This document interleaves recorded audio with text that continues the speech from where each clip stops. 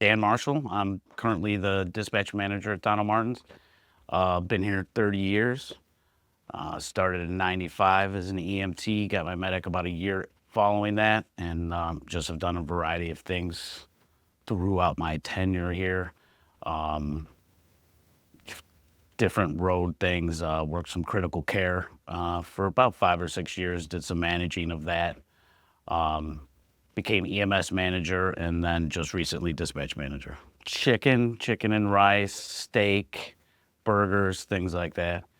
Um, like to work out a little bit, uh, play a lot of golf in the summer, um, do a lot of golfing with friends, things like that. I have a 16-year-old or 18-year-old daughter, excuse me. She's set to graduate Olmsted Falls later this year, and then she's deciding between Pitt and Ohio State as to what college she's going to go to. Very proud, very proud, very proud dad.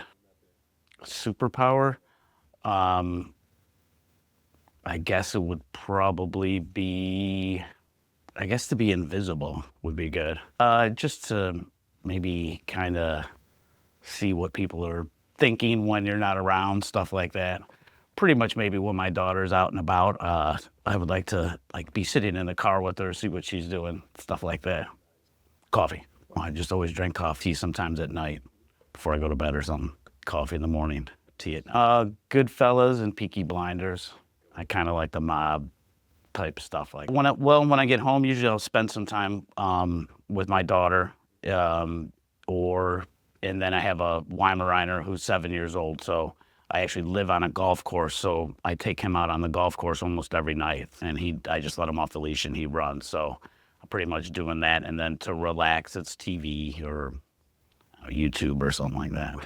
Oh, I think it's a relaxation thing to get away from the grind and just, and my group of friends and even some people here that I golf with, when you're out on the golf course, you're not talking about work, you're not talking about anything other than golfing or sports or something. Drive it pretty well, putt it pretty well, but other than that, it's nothing special, that's for sure.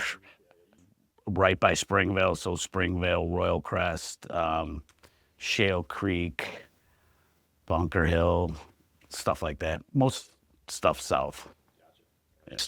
Start the season off golfing a lot, and then as the season goes, it seems to oh, here we go. We don't go as much, but me and my friends go to. There's a group of us that go to Kentucky every year, and we go for Thursday, Friday, Saturday, come back Sunday, stuff like that. So 4 days of golf. I played baseball, football all throughout high school, and then probably my junior, senior year of high school, some of my friends, we started picking up golf, and really we just been playing since. Well, outside of it, if you get injured and then you can't golf, then it's like, oh my God. I took my daughter to Ocean City last year, and we went to Washington, D.C. Did I go anywhere last year? I can't even remember. Yeah, DC was a fun trip. I had taken her there when she was like 6, and she kind of understood it. Then her 8th grade year, she was supposed to go. COVID hit. None of them went. And then I wanted to take her one more time. So yeah, maybe that was last year. Took her last summer, just one more time so she could experience it. And she loves it too. So she going through all the monuments and stuff like that. My personal dream vacation would be, I know we'll go back to golf, but me and my friends talk about doing the whole Ireland, try to do some courses over there. Yeah, that would be good. I would like to, do some traveling, maybe overseas and stuff, Europe or something. So, and you can talk to people around here. I say team a lot, and I think that was based on just playing a lot of sports and stuff like that growing up, right? So I'm a real big proponent of team. I'll try to keep the team atmosphere. I think that, as in anything, there's ups and downs with the team, right? But as long as everybody can kind of stay focused and keep that goal, that's the important thing, is to keep everything as a team. To not try to say you're bigger than anybody else, but that we're all working together. for the same common goal. I would say our operations manager, Chris Kowalczyk, who's down in, just because we've been here together for so long. I would like to say the dispatchers is Kenny Lang, James, Emmy, Alex, and I don't want to forget Russ. I think we all get along really well. Who else is there? There's just been so many people that have come and gone since I've started, right? So pretty much here it's like a stepping stone to a fire department, to see people's careers grow, right? So you meet a lot of people, you become friends with people, and that kind of sticks with you as you see other people's careers grow. Even, you know, and then you'll still hear from them. Like I just had a girl who got hired from Columbus Fire, and I remember that she started here when she was 18.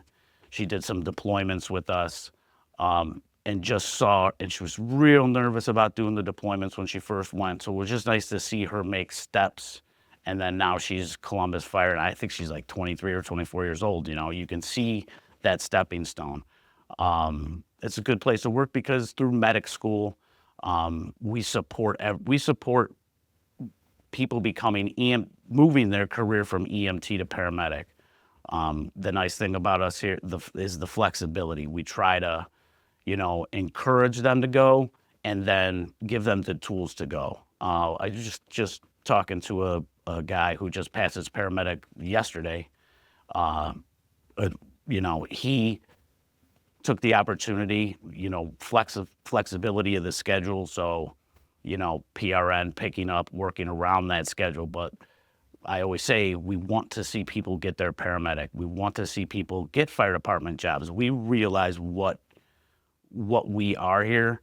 And it's usually, I would say, like a 5-year window is kind of what people are in.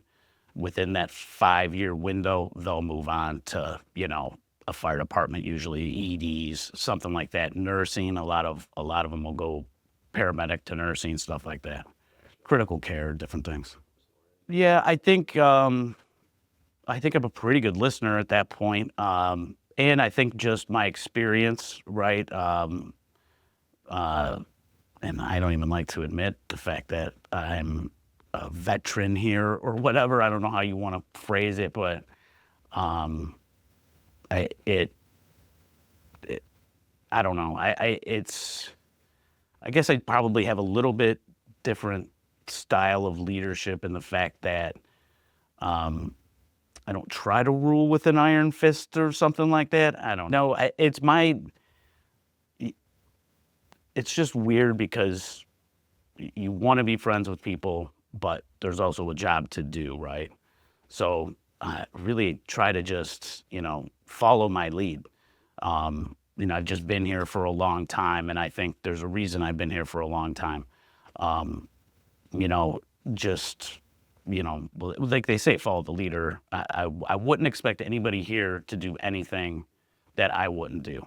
I don't have a problem going out and getting on a truck. I don't have a problem answering phone calls or just doing whatever it is to help the team, right? That's what you want, is everybody helping the, you know, it got pretty involved. But I think helping in a general manner, you know, I think more work-related type of a thing would be helping people in school, right? Giving them directions as far as what they need to do for research, stuff like that. Deployments, I've been through the company since we started deployment. I'm pretty much the leader of the deployments and have been through that. I think COVID was a very good learning experience for all of us because that was our first major deployment. And since then, we've done other ones. And I think there's just a lot of learning and growth that come with that. I think my goal initially was going to be go down the firefighter role. I was pretty young and I was just working like weird odd jobs and stuff like that. And a real close relative of mine, he married my cousin, and he was going to go through EMT school. And I said, all right, I'll go with you. And I really didn't even know the gist of what I was doing when I started.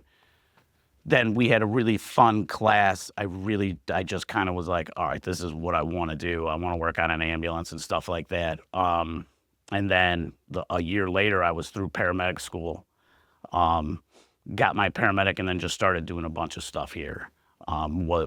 We used to do 24-hour trucks and things like that. Then I went into dispatch for about 5 years, and then I went back on the road, with critical care. I did critical care, pediatric critical care for, I don't know, it was like 5 or 6 years. Started leading that group after about 4 or 5 years. And then I really liked the leadership end of things.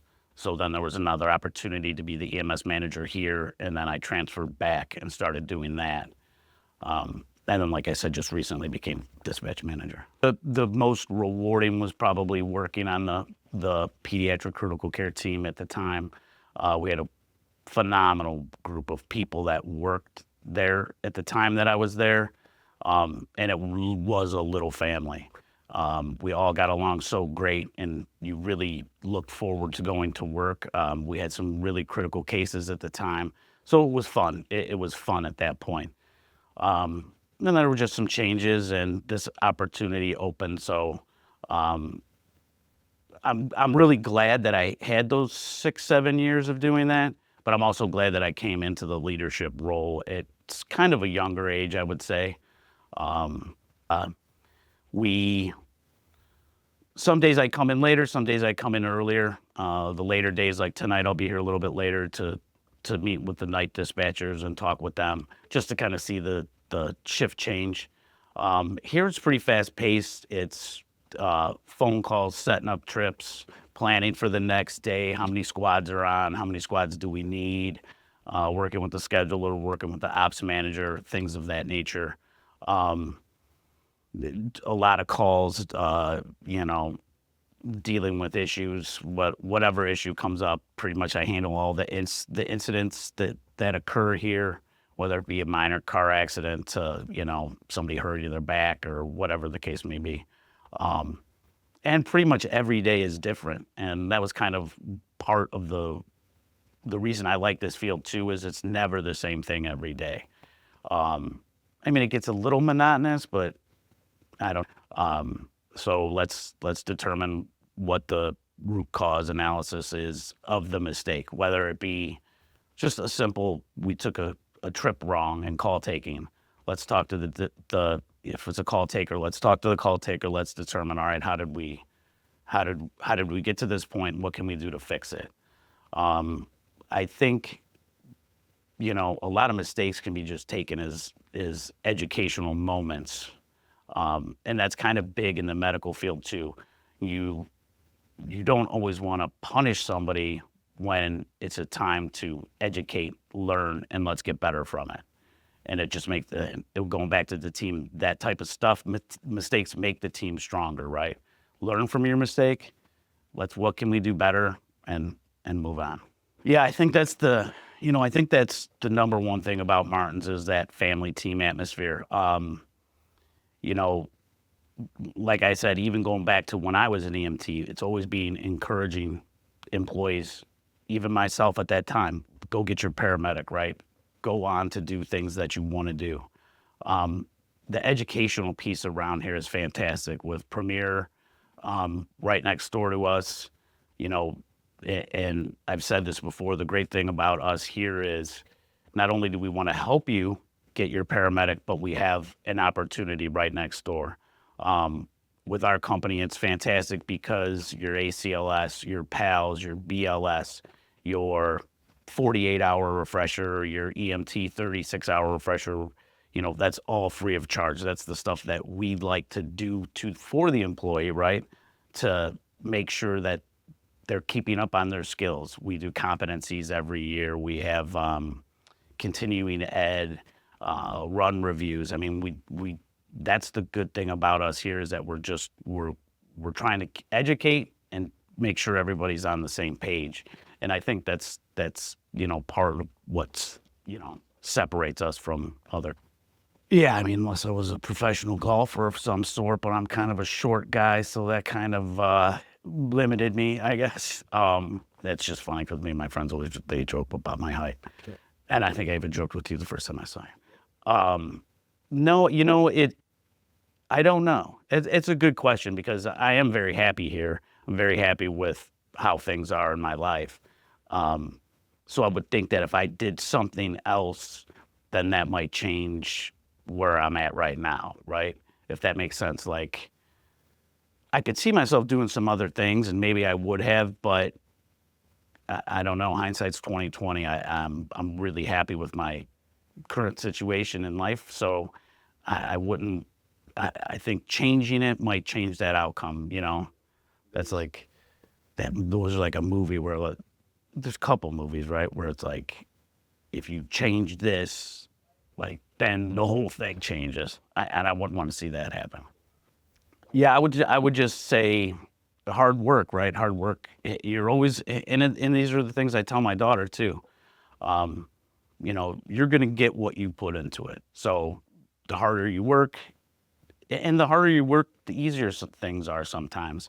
And it's kind of the advice I try to give people here too. It's like if you're gonna go to paramedic school, it's a year. Dedicate that year to it. If you're dedicating that year to it, following that you're going to be successful, but you got to put everything away for a year. This is just how it is. To be successful, you can still work through it like we all do, but time management, that's another piece to it. And really it's the hard work piece. It's as much hard work as you put into it. It's like my daughter in her studies, and she's just currently she is she's just doing it all on her own now, and I'm a lucky parent. But when it goes back to people around here, I think that when there was COVID, we sent, I think it was 13 to 17 something like that, initial trucks to New York. And myself and another guy, we drove up there with them to make sure that they got there, right? And everything was good and it was safe, and there are all these ambulances are in lines and stuff like that. Well, when we left, because we went to New York City, when we left New York City, there was we drove down Broadway, there was not a single soul anywhere. It was kind of like a movie, like an Apocalypse Now or something. I mean, there was nobody on these streets. It was that I think was impactful because it was just at that time such a crazy moment for everybody involved, right? Just seeing that it was something else, and I think every time we do a deployment, it's impactful for me because I'm nervous about the people we send down there. Try to stay in communication with everybody, but that happens on every deployment. I would say that I mean I've had some bad calls when I was doing peds and stuff like that, but I think impactful was just that moment was pretty crazy. Well, I think a misconception is that there's a lot of us, right? Especially, no, I mean it's nationwide. There's not enough people in the industry right now. Whether it's fire departments, it's other private ambulance companies, it's emergency rooms. We're all fighting for paramedics. We're all fighting for those positions. I think that this is just my personal opinion, but I think Medicare reimbursement should be higher for these transports, which in turn we'd be able to raise the rates to pay employees higher. I think there's a misconception that we're making a ton of money on every transport we do, but it's just not the case. I mean, I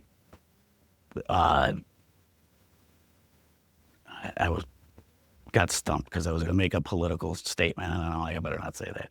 But that's what I was going to say. Maybe this next term we'll get a bunch of money, but no, I would just like to see that occur. And, just overhearing what he said too, that there is that misconception of we're just drivers. And that's industry wide, and that's why I didn't really want to say it. But I think that I'm personally more focused on the fact that there's not enough of Yeah, so I think, I would definitely start. I mean, the reimbursement has to be higher. Um, and again, it's like a trickle effect.